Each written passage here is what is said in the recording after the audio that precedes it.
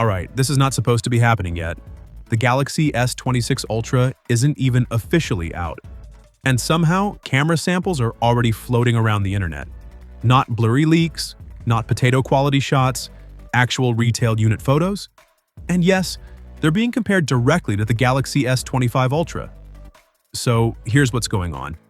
On paper, the Galaxy S26 Ultra isn't doing anything dramatic. Same rear camera sensors as the Galaxy S25 Ultra. No crazy new megapixel jump. No world's first headline. But here's the twist. Samsung is reportedly giving the main wide camera and the periscope telephoto a larger aperture. Now, if that sounds small, it's not. A larger aperture means more light. More light means brighter photos. And brighter photos usually mean better low-light performance without cranking ISO into oblivion. And now we've got actual images to look at. Indian creator Sahil Karul somehow got early access to a retail Galaxy S26 Ultra 2 full days before launch and started posting camera samples. Absolute chaos. The first few shots are pretty standard test subjects. Vegetables, flowers, a portrait. The images look sharp, colorful, nicely exposed. But here's the thing, they don't scream new generation.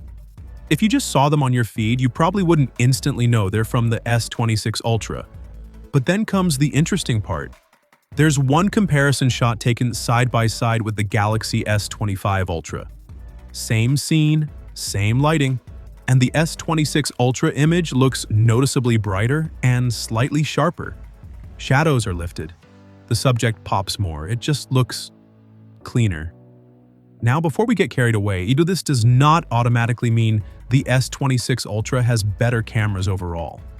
One brighter image doesn't rewrite physics. Exposure can vary. Processing can differ.